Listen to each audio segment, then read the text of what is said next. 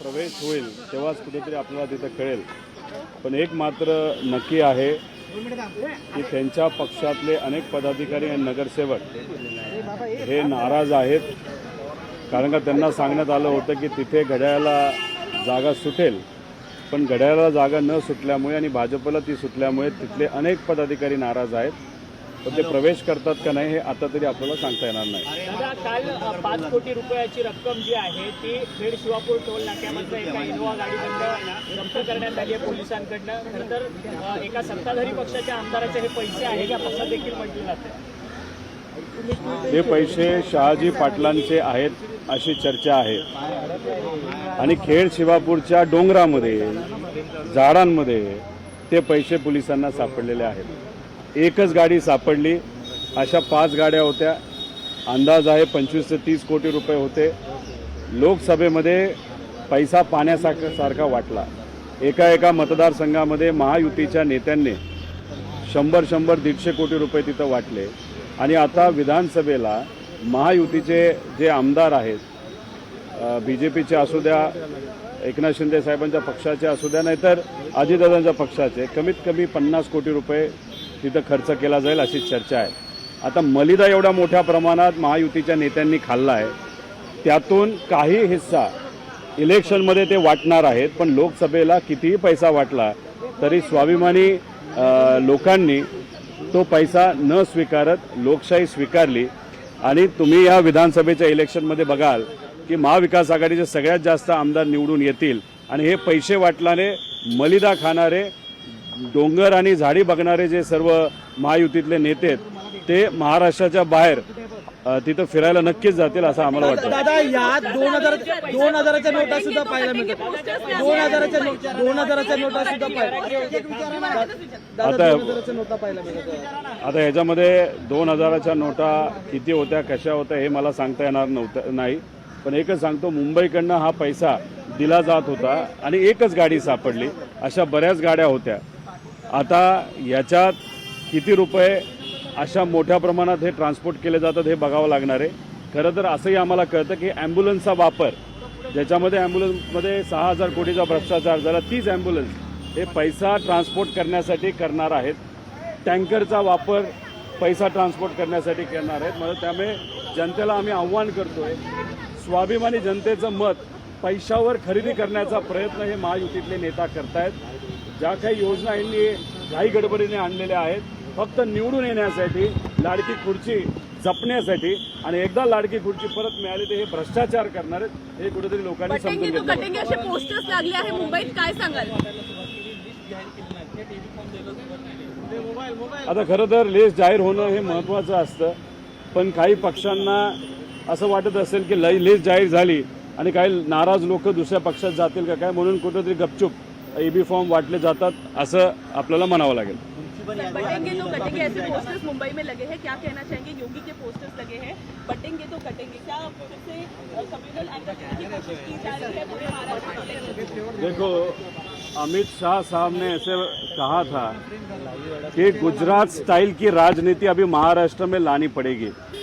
आता गुजरात स्टाईलची राजनीति म्हणजे काय? 2 समाजामध्ये वाद निर्माण करायचा, वहाँ पे हिंदू मुस्लिम करने का, OBC मराठा करने का, उसमें वोट काट के अपना सत्ता लाने की, बस यही चीज़ शायद BJP महाराष्ट्र में ट्राई करने की कोशिश करेंगे. लेकिन कितना ही उन्होंने ट्राई किया, ये संतों का महाराष्ट्र है, ये विचारवंतों का महाराष्ट्र में, यहाँ पे वैसा कुछ नहीं होगा. ये गुजरात स्टाइल है ना, यहाँ के स्वाभिमानी महाराष्ट्र के लोग अपने पैर के नीचे तुड़वाएंगे और यहाँ पे महाविकास आघाड़ी 100% चुन के आएगी. प्रवेश करतायत, एक मोठा प्रवेश मुंबईला आपल्याकडे होताना पाहायला मिळतोय. वडील महायुतीसोबत आणि मुलगा महाविकास आघाडीसोबत असं चित्र आहे. आता तरी मुलगा येतात असं आम्हाला कळतंय.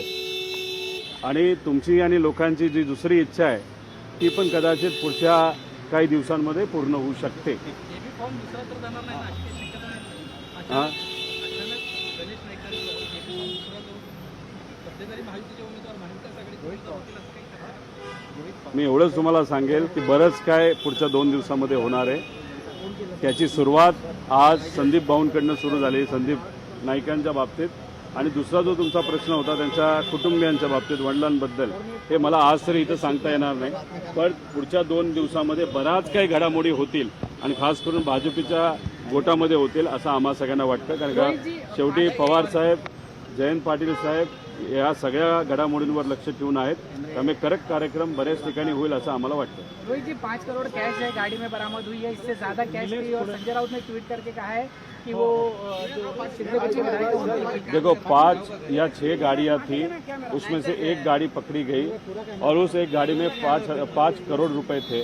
तो अभी अगर आप देखें तो एक एक जो एमएलए है शिंदे गट का, नहीं तो जो महायुति भाजपा हो या अजीत दादा गट का, वहाँ पे चर्चा है कम से कम 50 करोड़ वहाँ पे दिए जाएंगे ये विधानसभा लड़ने के लिए. अभी लोकसभा के लिए उन्होंने 150 करोड़ का खर्चा वहाँ पे एक कॉन्स्टिट्यूंसी में किया था.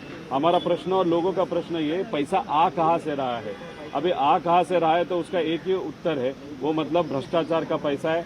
जो पैसा इन्होंने डिफरेंट कॉन्ट्रैक्ट में खाया है वो पैसा आ रहा है. मतलब 40% जो कमीशन, करप्शन का कमीशन इस सरकार में चल रहा था, अभी वो क्लियर हो रहा है. इन्हीं की सत्ता है, इलेक्शन कमीशन का अभी राज है और उसी में पुलिस ने, मैं पुलिस का शुक्रिया अदा करता हूँ कि उन्होंने यहाँ पे 5 करोड़ पकड़े, लेकिन जो बाकी के 5 गाड़ी थी वो क्यों पकड़ी नहीं गई थी, ऐसा हमारा प्रश्न है. ऐसी सुनने में आ रहा है कि अजित पवार अगर सब कुछ भूल के वापस आते तो ऐसी सिर्फ चर्चा है और राजनीति में बहुत सारी चर्चा होती रहती है. सभी चर्चा पे विश्वास नहीं रखना चाहिए ऐसा मुझे लगता है. श्रीनिवास पवार या एक बारामती चर्चा बऱ्याच चर्चा आहेत, पण आज नाही तर उद्या सगळ्याच मतदारसंघाची नावं तिथे जाहीर होतील, त्यात बारामती सुद्धा असेल. त्यामुळे सस्पेन्स खूप काळ राहील असं तरी वाटत नाही. राम शिंदे परत तुमच्या विरोधात निवडणूक लढताना पाहायला मिळतात. मागच्या वर्षीसारखी लढाई पुन्हा यावर्षी पण पाहायला नाही, उलट जास्त चांगली होईल. राम शिंदे सर जे आहेत, 4.5 वर्षे अजून त्यांची आमदारकी तिथं बाकी आहे. माझी आमदारकी संपली असली तरी तिथे असणाऱ्या सामान्य लोकांच्या मनामध्ये आहे की मला परत एकदा आमदार बनवायचं. फक्त लोकांनी ठरवलं, निष्ठावंत कार्यकर्ते आणि पदाधिकाऱ्यांनी लीड मात्र वाढली पाहिजे. ज्या व्यक्तीने म्हणजे राम शिंदे सरांनी लोकांचा म्हणजे विश्वासघात तिथं केलेला आहे, MIDC असेल त्याच्यात. तर आमदार रोहित पवार बोलत होते. यावेळी त्यांनी महायुतीवर आरोप केल्याचं पाहायला मिळालंय. लोकशाही मराठी ऐका, पहा, जागरूक रहा.